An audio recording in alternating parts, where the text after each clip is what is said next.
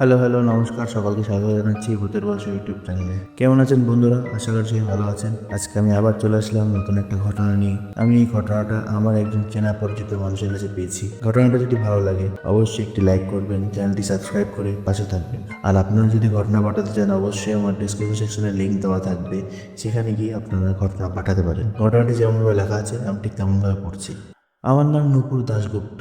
আমি আহমেদাবাদ জনতানগরে থাকি। আমার আসল বাড়ি মুর্শিদাবাদে। বাবার কাজের সূত্রে আহমেদাবাদে থাকা হয়। এই ঘটনাটি ঘটেছে আমার মাসির মেয়ের সাথে, সেটাই আজ বলবো। জায়গার নাম আর ব্যক্তিদের নাম আমি উল্লেখ করব না, তাই ছদ্মনাম ব্যবহার করে ঘটনাটা আগিয়ে নিয়ে যাব। সালটা ছিল 2006। মায়ের সাথে মার্কেটে গেছি কিছু কেনাকাটা করার জন্য। তখনই একটা মিউজিক ইনস্ট্রুমেন্টের শপে একটা পিয়ানো দেখতে পেলাম। দেখে আমার খুব পছন্দ হলো। আমি মায়ের কাছে আবদার করি, মা আমাকে পিয়ানোটা কিনে দাও না, কিন্তু মা মানা করে। সেখান থেকে তারপরে আমরা চলে আসি। আমার মনটা একটু খারাপ হয়। তারপর আমরা বাড়ি এসে ফ্রেশ হই, যে যার মতো নিজের ঘরে চলে যাই। কিন্তু আমার অজান্তেই মা সেই পিয়ানোটা অর্ডার দিয়ে ফেলে। সেটা কয়েকদিন পর চলেও আসে। আমি দেখে এত খুশি হই, সেটা বোঝানোর বাইরে ছিল।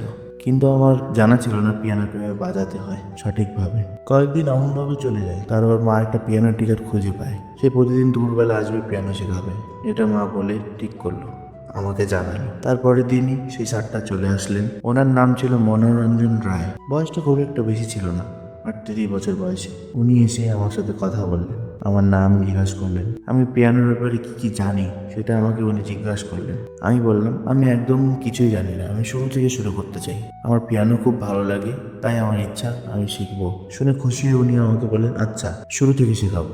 প্রথম দিন সব কথাবার্তা বলে সব কিছু বুঝিয়ে বললেন, কাল আসবো, কাল থেকে তোমার ক্লাস শুরু হবে। আমাদের ক্লাস প্রতিদিন 1:30 থেকে 3টে অবধি চলবে, প্রায় 1.5 ঘন্টার ক্লাস।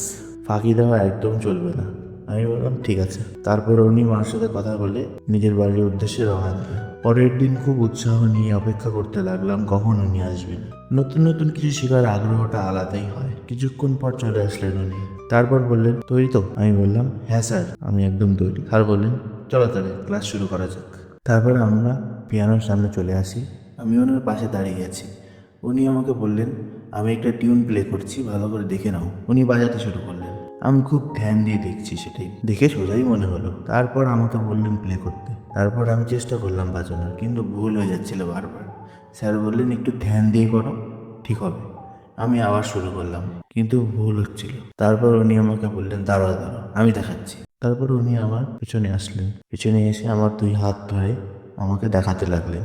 খুব সুন্দরভাবে উনি টিউনটি প্লে করলেন। আমি সেটা দেখে খুব খুশি হলাম। নতুন নতুন একটা জিনিস শিখলে খুবই আনন্দ হয়। তারপর উনি আমাকে বললেন, এই টিউনটা ভালোভাবে শিখে রাখো, কাল আমি এটা এসে শুনবো। আজকের ক্লাস এখানে শেষ করছি, কাল দেখা হবে, বলে উনি চলে গেলেন। এভাবে কিছুদিন চলে যায়, প্রায় অনেকটা দিন। আমি অনেকটা শিখেও ফেলি পিয়ানো। রোজ দিনের মতো স্যার আসলেন শেখানোর জন্য। বললেন এইসব বইয়ের টিউনগুলো প্র্যাকটিস করতে হবে। আমি বইগুলো দেখতে লাগলাম। স্যার বললেন, চলো আজকে ক্লাসটা শুরু করা যাক। আগের দিনের টিউনটা প্লে করো তো। আমি টিউনটি প্লে করলাম। স্যার তখন পিছন থেকে বললেন, হচ্ছে না হচ্ছে না। উনি এসে আমার পিছন থেকে হাতটা ধরে টিউনটা শেখাতে লাগলেন। খুব অদ্ভুতভাবে উনি আমার কাঁধের সামনে মুখটা নিয়ে এসেছেন। ওনার নাকের গরম নিঃশ্বাসটা আমার কাঁধে এসে পড়ছে। আমার খুব অস্বস্তি বোধ হতে শুরু হলো। তখনই আমি উঠে দাঁড়িয়ে পড়ি। তারপরে উনি সরে যান। তারপরে উনি বললেন, টিউনটা আমি প্লে করছি, তুমি শুনো ভালো করে।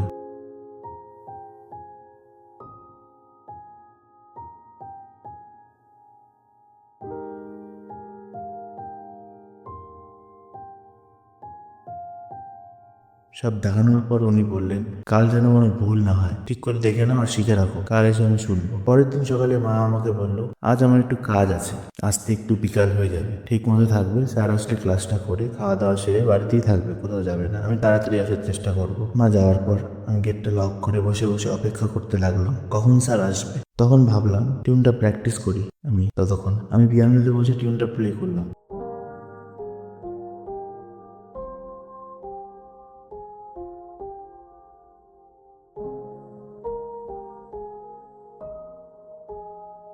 কিছুক্ষণের মধ্যেই স্যার চলে আসলেন। দরজায় নক করলেন। আমি উঠে দরজাটা খোলার জন্য গেলাম। দরজাটা খুললাম, বললাম স্যার আসেন ভিতরে। স্যার বললেন, কি ব্যাপার, আজ তুমি বাড়িতে একা? তোমার মা কোথায়? আমি বললাম, মা একটু কাজের সূত্রে বাইরে গেছেন, উনি বলছেন বিকালবেলার মধ্যে চলে আসবেন। তখন উনি বললেন, ও আচ্ছা আচ্ছা, বলে ভিতরে আসলেন। বললেন, কালকের টিউনটা ঠিক মতো প্র্যাকটিস করেছো তো? আমি বললাম হ্যাঁ করেছি। স্যার বললেন, ঠিক আছে তাহলে শোনাও। আমি প্লে করলাম টিউনটা।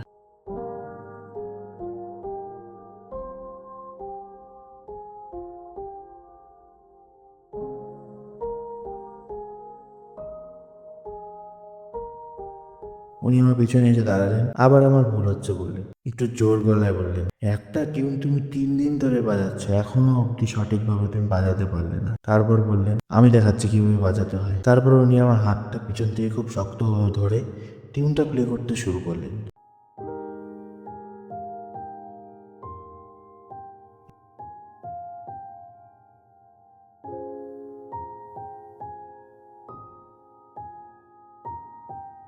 এভাবে বাজাতে হয়, মন না দিলে কোনোদিনও তুমি শিখতে পারবে না। তারপর উনি হাত ছড়িয়ে আমার কাঁধে হাতটা রাখলেন।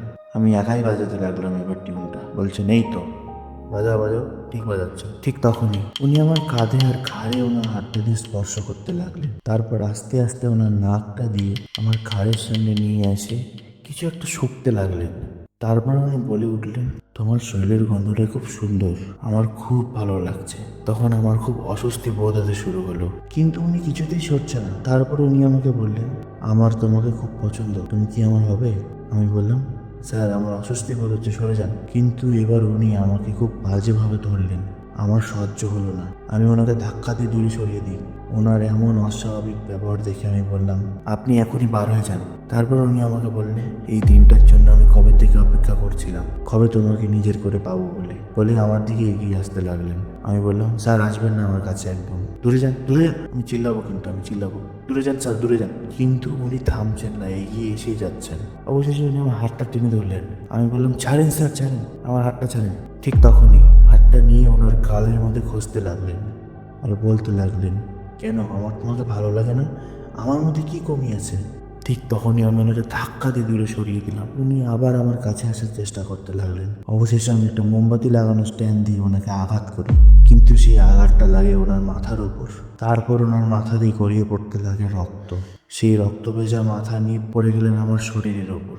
আমি চিৎকার করে সবাইকে ডাকার চেষ্টা করি, বাঁচাও আমাকে, বাঁচাও আমাকে, বাঁচাও। তাই কোনোভাবে সরিয়ে আমি ঘরের বাইরে চলে আসি। তার কিছুক্ষণ পরই মা আসে, এসে আমার শরীরে রক্ত দেখে বলে, কি হয়েছে, কি হয়েছে? আমি তারপর মাকে ঘরে এনে স্যারের সেই নিথর দেহটা আমি দেখাই। মা সেই দেহটা দেখে পুলিশকে ফোন করে। পুলিশ এসে সব ঘটনা শুনে, তারপর পুলিশ বলে উনি আর বেঁচে নেই। আমরা শুনে খুব ভয় পাই, কিন্তু সেলফ ডিফেন্সের কারণে আমি ওনাকে আঘাত করেছি বলে আমার কোনো শাস্তি হয়নি। কোনোভাবে কয়টা দিন কেটে যায়, কিন্তু কে জানতো এরপর যা হবে আরো ভয়ানক হতে চলেছে। এই ঘটনাটির 10-15 দিন পর আমি রাতের বেলা ঘুমিয়ে আছি। হঠাৎ আমি অনুভব করি আমার কাঁধে একটা শীতল নিঃশ্বাস পড়ছে। অনেকক্ষণ হওয়ায় ব্যাপারটা আমার সুবিধার মনে হলো না। তারপর আমি চোখটা খুলি, কিন্তু আমি যা দেখি সেটা দেখার জন্য আমি কোনোভাবেই প্রস্তুত ছিলাম না। আমি দেখছি আমার পাশে শুয়ে আছে সেই পিয়ানো টিচার মনোরঞ্জন। তার চেহারা কি বিভৎস, মাথা দিয়ে গড়িয়ে পড়ছে রক্ত, চোখগুলো সাদা সাদা, আমার দিকে মুখ করে শুয়ে আছে। আমার মুখ দিয়ে কোনো শব্দ বেরোচ্ছে না। আমি চিল্লানোর চেষ্টা করছি, কিন্তু কোনোভাবে আমি চিল্লাতে পারছি না, যেন আমার শরীরে কোনো প্রাণী নেই। তখন সে বলে উঠল, বেঁচে থাকতে যেটা করতে পারিনি সেটা মৃত্যুর পর করব। সেটা বলার পর সে হাসতে শুরু করলো। সে কি বিভৎস হাসি! তারপর কীভাবে জানি আমার শরীরে প্রাণ ফিরে পাই। আমি চিৎকার দিয়ে মা করে চিল্লাই। তার কিছুক্ষণের মধ্যেই মা চলে আসে সেখানে। মা এসে জিজ্ঞাসা করে, কি হয়েছে, কি হয়েছে? কিন্তু আমি ভয়ে কিছু বলতে পারছি না। সেই রাতটা মা আমার সাথে আমার রুমেই ঘুমালো। কয়েকটা দিন পর আবার রাতের বেলা আমি অনুভব করি আমার পাশে কেউ শুয়ে আছে। আমার এখন ভয় লাগতে শুরু হয়। হঠাৎ আমার হাতটা কেউ জোরে চেপে ধরে। তারপর আমি অনুভব করি আমার শরীরের উপর কেউ যেন উঠে গেছে, আমাকে আঁকড়ে ধরে রেখেছে। তারপর আমার সাথে যা হলো এটা ভাবনারও বাইরে। এভাবে প্রতিদিন পিয়ানো টিচার রাতের বেলা আসে, আমাকে শারীরিকভাবে নির্যাতন করতে শুরু করে। সেই অতৃপ্ত আত্মাটি যেটা বেঁচে থাকতে পূরণ করতে পারেনি সেটা রোজ আমার সাথে করছে। এভাবে কিছুদিন চলে যায়। এই জ্বালা যন্ত্রণা আর সহ্য করতে না পেরে অবশেষে আমি সিদ্ধান্ত নিয়ে আত্মহত্যা করার। তারপর আমি মা বাবার জন্য শেষ একটা চিঠি লিখে নিজেরই ঘরে গলায় দড়ি দিয়ে আত্মহত্যা করি। এইসব ঘটনার চিঠি থেকে জানা যায়। তারপর সেই বাড়িতে কেউ থাকে না। তারপর আমার মাসি আর আমার মেসো সেই বাড়িটা বিক্রি করে দেয়, কিন্তু বিক্রি করার পর যিনি কিনে সেই বাড়িতে তারা থাকতে পারে না। তাদের বাড়িতে কিছু অশুভ জিনিস লক্ষ্য করা যায়, যেমন রাতের বেলা হঠাৎ করে আওয়াজ হওয়া, চিল্লানোর আওয়াজ মহিলার, আর খুব ভয়ানকভাবে চিৎকার করার আর হাসির আওয়াজ। সেই কারণের জন্য যারা কিনেছিলেন তারাও সেই বাড়িতে থাকতে পারে না। এখন সেই বাড়িটা পুরোপুরিভাবে পরিত্যক্ত হয়ে পড়ে আছে। বন্ধুরা, এটাই ছিল নূপুরের দেওয়া ঘটনা। কেমন লাগলো ঘটনাটা শুনে অবশ্যই জানাবেন। আর ঘটনাটা যদি ভালো লাগে অবশ্যই কমেন্ট করবেন আর বন্ধুদের সাথে শেয়ার করবেন। আপনারা যদি এমন ধরনের ঘটনা বা গল্প শেয়ার করতে চান, অবশ্যই ডিসক্রিপশন সেকশনে লিঙ্ক দেওয়া থাকবে, সেখানে গিয়ে আপনারা শেয়ার করতে পারেন। আজকের ঘটনা যদি ভালো হয় তাহলে অবশ্যই চ্যানেলটি সাবস্ক্রাইব করে আমাদের বেল আইকনটা প্রেস করবেন এমন ধরনের ঘটনা আরও শোনার জন্য। তাহলে বন্ধুরা আজকের মতো আসি, আবার দেখা হচ্ছে অন্য কোনো ভিডিওতে। ভয় নেই। টাটা।